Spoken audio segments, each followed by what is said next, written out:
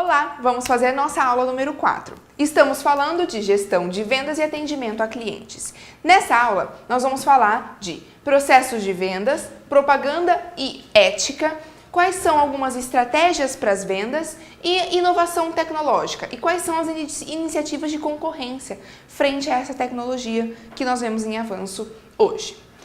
Para falar então desse processo de vendas, a gente precisa falar de propaganda. Primeiro do processo de vendas, para que o produto ou serviço seja vendido de acordo com os objetivos estabelecidos pelos administradores, é necessário que exista uma ação nesse sentido. Então é preciso que eu me coloque frente àquela venda, que eu queira fazer aquela venda, né? Então, com maiores vendas, os consumidores se beneficiam, eles têm mais produtos e mais serviços e cresce a produção e demanda de serviço. Se eu tenho mais consumo, eu tendo na economia a continuar tendo ainda mais consumo.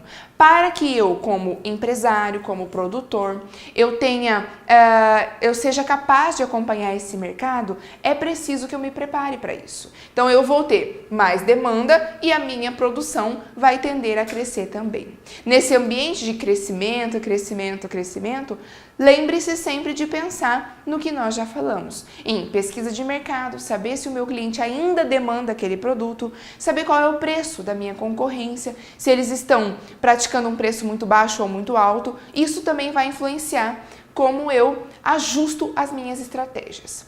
Então, o perfil do profissional de vendas, por exemplo, inclui comercialização dos produtos acompanhado do fornecimento de um serviço. Quando eu sou um vendedor em alguma loja, suponha que seja na loja que vai vender a geladeira para um cliente, eu vou sim comercializar um produto, mas eu também vou oferecer um serviço de atendimento. Então eu vou fornecer algo que está atrelado àquela venda. Se eu não tiver um atendimento que seja satisfatório para o meu cliente, é possível que a minha venda, por exemplo, não se concretize. Então, um vendedor deve vender alguns aspectos além só de um produto. Um vendedor deve vender a si mesmo como profissional. Então, eu sou um profissional de vendas e eu estou aqui para te atender, cliente. Eu vou vender a empresa para a qual eu trabalho, então eu não posso me desvincular da empresa, eu sou um vendedor daquela empresa e é aquela empresa que eu represento hoje. Eu vou vender o produto, que seria o objetivo final de uma negociação, por exemplo, e eu vou vender a minha atividade de suporte para garantir melhor negócio, serviço mais adequado às suas exigências. Então, além de tudo isso, eu posso resumir em eu vou te dar suporte, por exemplo, quando você precisar de um melhor negócio. Eu estou vendendo um produto, mas eu te ofereço um melhor negócio. Eu estou te mostrando o que a minha empresa faz num melhor negócio e o meu produto com certeza vai representar um melhor negócio. Um melhor negócio para quem?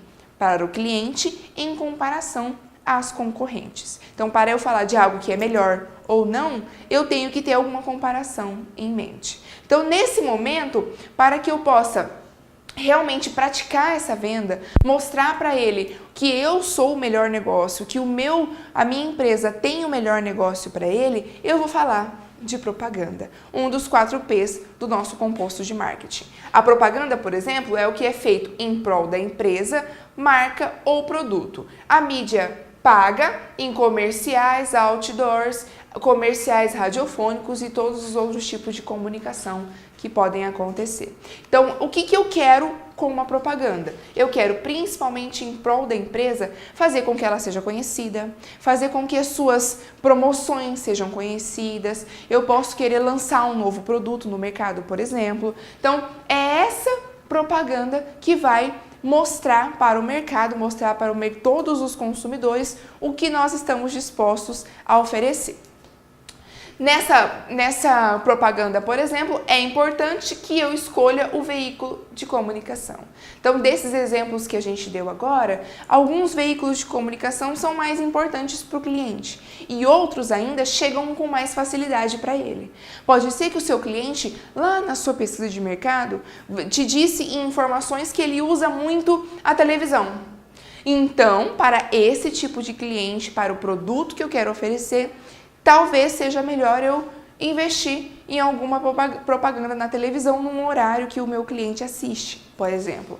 Ou o meu cliente ouve, assiste, lê muitos jornais ou revistas. Então, para esse tipo de cliente, a minha propaganda vai estar inserida nesse meio, por exemplo. E hoje nós temos os novos meios digitais. Os meios digitais de mídias sociais, de diversos aplicativos que a gente pode usar para chegar até o meu público consumidor.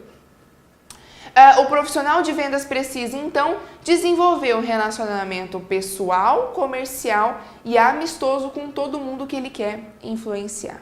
Então, ele quer influenciar aquela pessoa que pode ter entrado na loja só para olhar, ou para saber o preço, ou para entender quais são os produtos que existem no mercado. O seu poder de influência, que vai estar ligado com as suas técnicas de negociação, de entendimento do que seria uma melhor negociação, é que vão levar a um resultado final. O que é que acontece? O cliente comprou ou não? Né? Então, essa decisão de compra, por exemplo, não deve estar contrário a um padrão de conduta ética. A conduta ética, hoje, é muito falada e talvez não tão praticada na sociedade como um todo, né? Nós temos a mudança de valores da sociedade. Então, coisas que antes eram proibidas hoje já são aceitas, ou ao contrário, o que se aceitava antes hoje já não é tão bem visto assim pela sociedade, pela natureza humana, pelas relações interpessoais que nós temos dentro das empresas, por exemplo. Então, sempre tenho que pensar como profissional de vendas na minha conduta ética. O que é melhor eu fazer nesse momento para o meu cliente? O meu cliente realmente quer aquele produto? O meu cliente realmente está disposto a comprometer uma parte da renda dele com aquele financiamento? Então, bons vendedores, as pessoas que são bons vendedores e que têm bons relacionamentos com os clientes, geralmente vão falhar se em algum processo de trabalho ele tiver que empurrar algum tipo de produto. Lembra-se que a gente falou sobre conflitos de processo? Então, naquele processo de venda, se ele é um bom vendedor e precisa fazer algo como empurrar um produto, provavelmente ele vai falhar. Ele vai ter um conflito, geralmente pessoal, sobre o que ele pensa, quais são os seus valores e o que foi pedido para que ele colocasse em prática naquele momento da negociação. Eles vão sentir que isso não é ético. Não é interessante fazer uma atividade como essa. O meu cliente, a chance de aquela negociação ter perda para algum dos lados é muito grande. Tá? Então, esse é um aspecto muito importante para levar em consideração. Então, quais são estratégias de vendas que eu posso colocar em prática?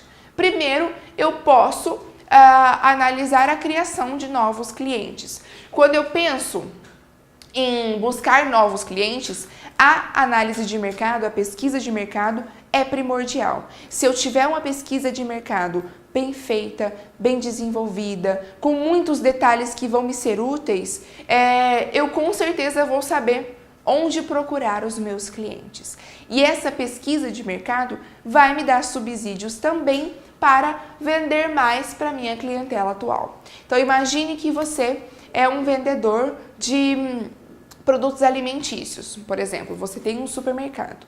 Então, nesse supermercado, você já tem a sua clientela. Já tem as pessoas que sempre vão comprar nesse supermercado.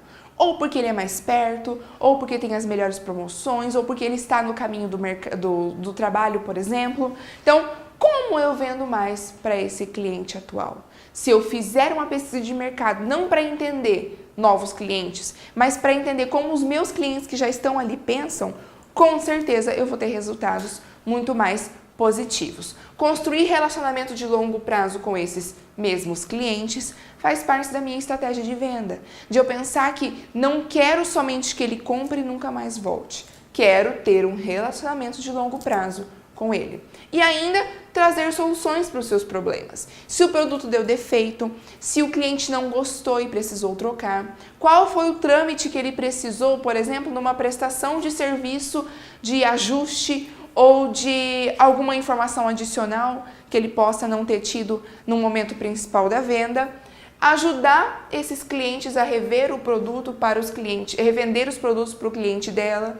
Pode ser que você seja um atacadista e venda para alguém do varejo. Então, nesse meio de meus clientes que são revendedores do meu produto, eu posso ajudar ele a fazer essa venda. Uma vez que eu ajudando ele a fazer a venda para o cliente dele, se o cliente dele compra mais, ele vai comprar mais de mim também, né? Ele vai precisar de muito mais produtos para poder fazer novas vendas.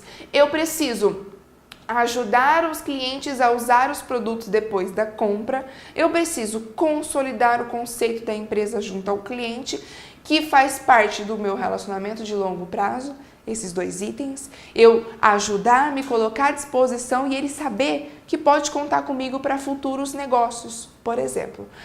Fornecer informações de mercado à empresa.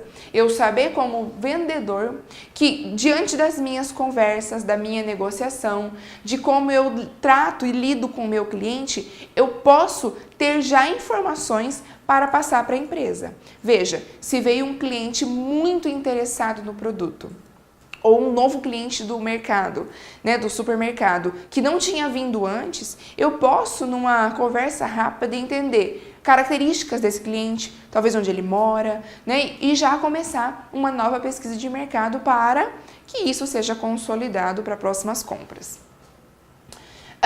Eu sei, então, que dentro desse ambiente eu tenho algo que chamamos de inovação tecnológica. Essa inovação tecnológica, crescimento econômico é aliado a avanços tecnológicos. Então, eu tenho biotecnologia, robótica, excessos de capacidade de produção, por exemplo, de quê? De carros, eletrodomésticos, eletrônicos. Tudo isso faz parte da nossa realidade. Em um dado momento, discutia-se se seria legal um produto chamado celular. Hoje, o produto chamado celular já não é contestado. Já entende-se, já é senso comum que produto celular existe em várias marcas e modelos, em vários preços e que a população consome muito desse produto. Isso faz parte do avanço também econômico. Uma vez que nós temos um avanço econômico na sociedade, eu sei que as pessoas tendem a comprar mais. Nem sempre esse comprar mais e crescimento econômico é a mesma coisa que ter mais dinheiro. Pode ser que esse crescimento econômico seja mais crédito. Então, se as pessoas têm mais crédito, elas tendem cada vez mais a acompanhar o crescimento econômico e acompanhar também as novas tecnologias, né? Então, isso faz parte da nossa realidade. Novos produtos tecnológicos que surgem principalmente para ajudar a nossa rotina, a nossa vida, os nossos negócios, né? Então, eu tenho avanço atual, tecnologia para gerenciar conteúdo gerado pelos usuários. Então, os usuários são as pessoas que vão utilizar aqueles produtos, aquelas ferramentas, são as pessoas que vão utilizar de algum serviço da organização, do que você está oferecendo.